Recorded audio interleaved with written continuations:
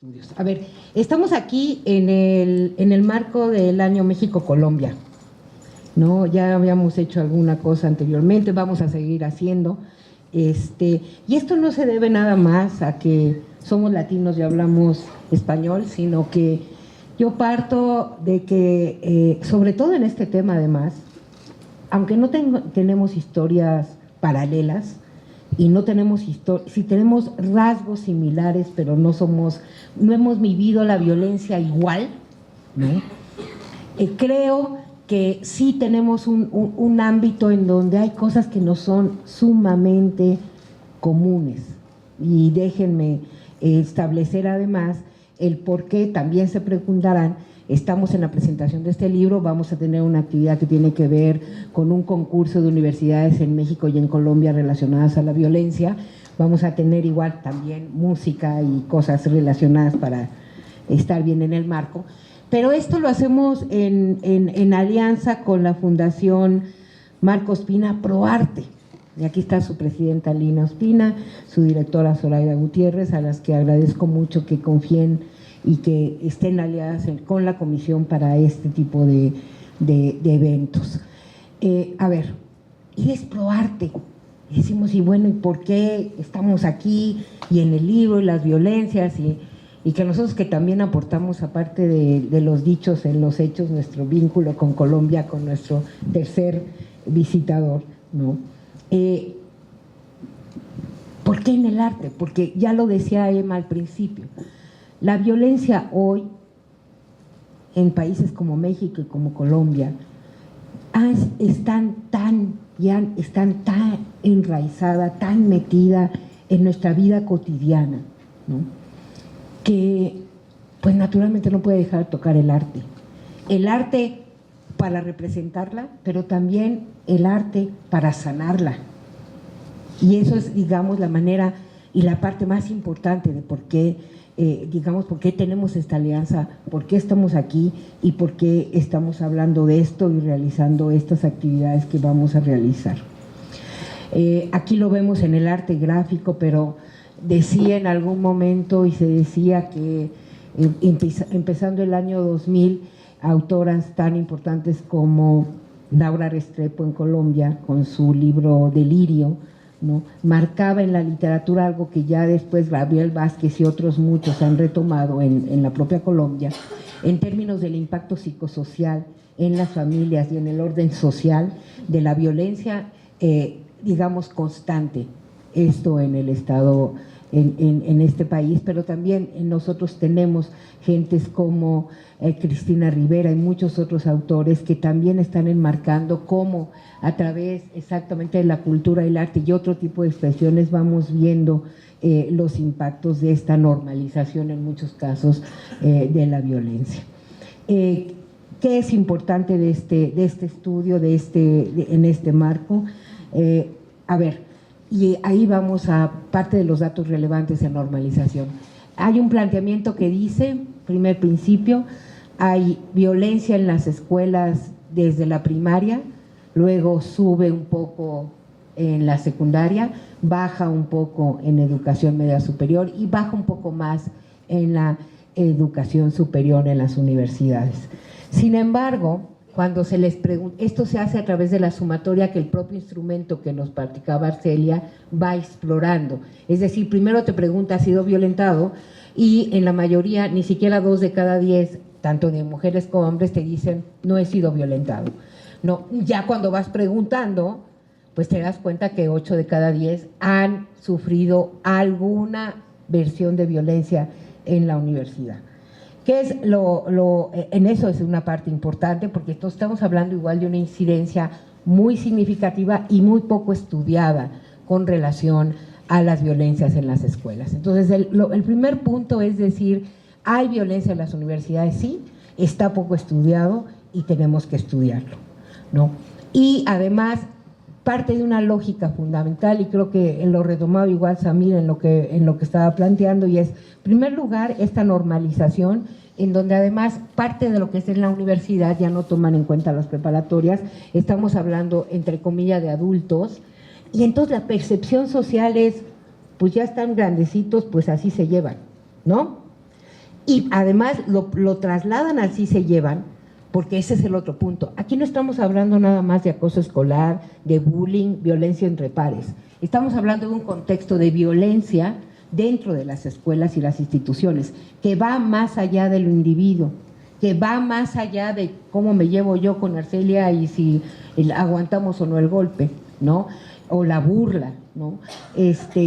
O hasta lo de estos ritos de iniciación que no tenemos como en Estados Unidos, pero que sí tenemos, que no los tenemos porque no los hacemos película, pero se hacen igual, en donde pues quieres entrar, demuestra que tienes apertura para la sexualidad sin ningún tabujo, demuestra que tienes apertura para que te lleves pesaditos sin ningún tabujo, porque eso te hace ver adulto, ¿no? Y entonces esas formas de violencia están ahí y están presentes en la lógica, como les digo, no nada más de uno por uno, sino en la colectividad y en la propia relación que se tienen en el mundo de la escuela con el entorno y con los propios docentes y alumnos, docentes, entre docentes y la parte externa. Entonces yo creo que ese es un elemento fundamental para poder, digamos, relacionar y ver de qué estamos hablando. Este estudio se hizo en Chiapas, en Sinaloa, en el Estado de México y en la Ciudad de México.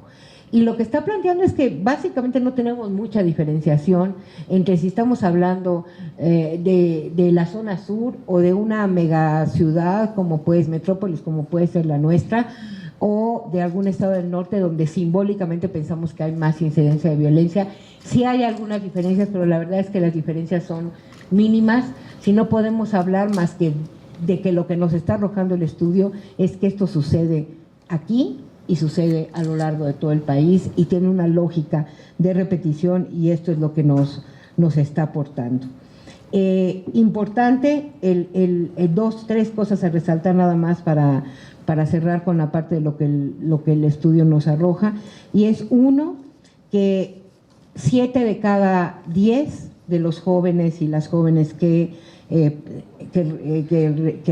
se estudió en esta investigación plantean que por lo menos han recibido en su vida un evento de ciberacoso. Eso nos está hablando de estas otras, digamos, este otro campus virtual, ¿no? A lo cual no nada más están enfrentando estos adolescentes, estos jóvenes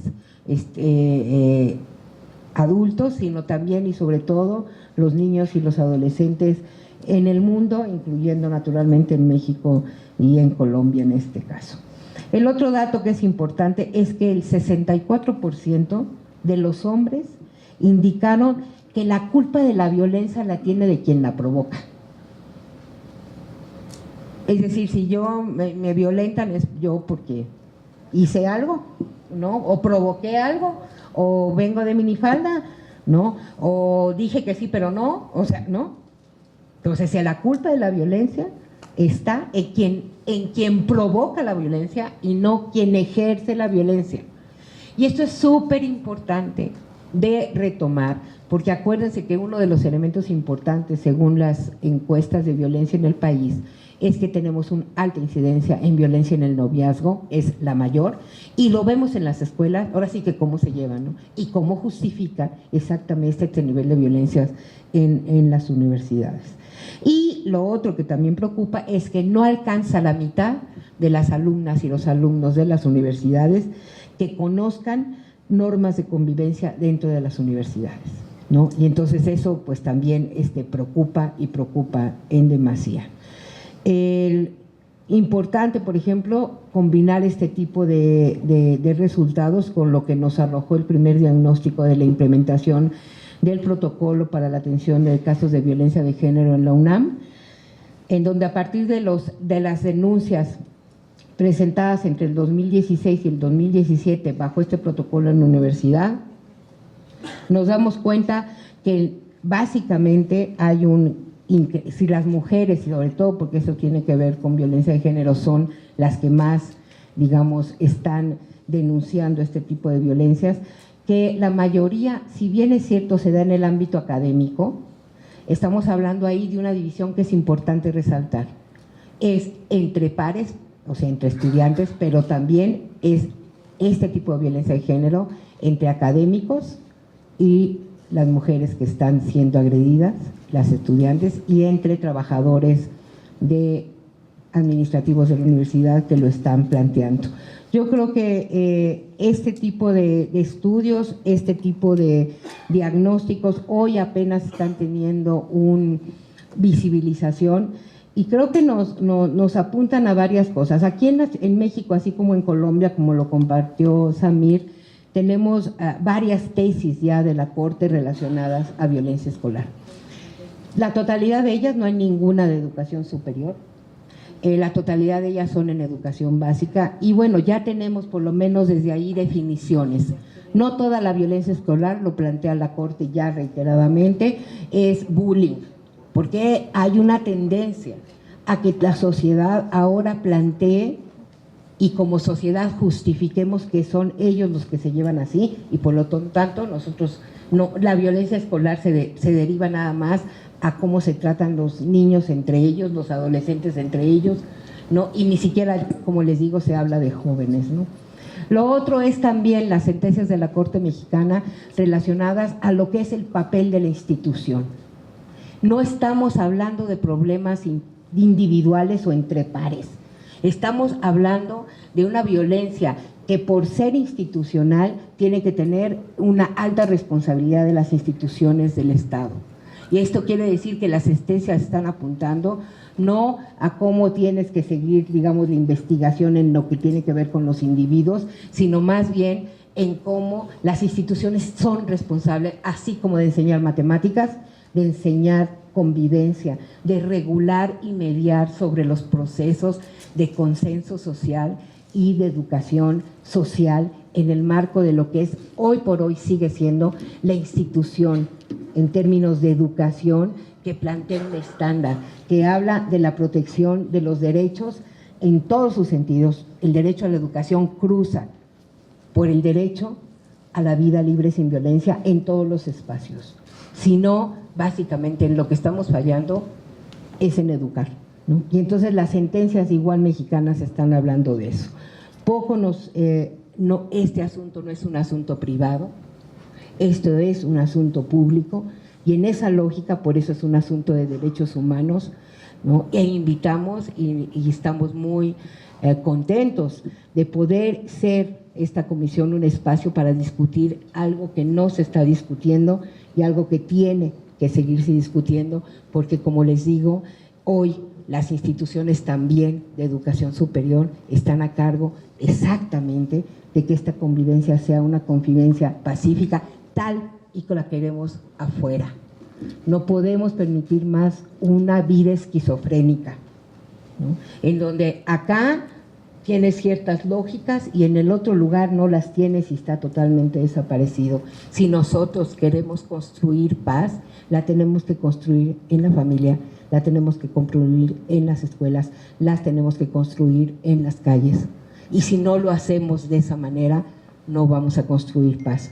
Por lo tanto, en esa lógica, pues los invitamos y les agradecemos que hayan estado presentes en la presentación de este libro. Los invitamos a que pasemos a las actividades. ¿Vas a hablar?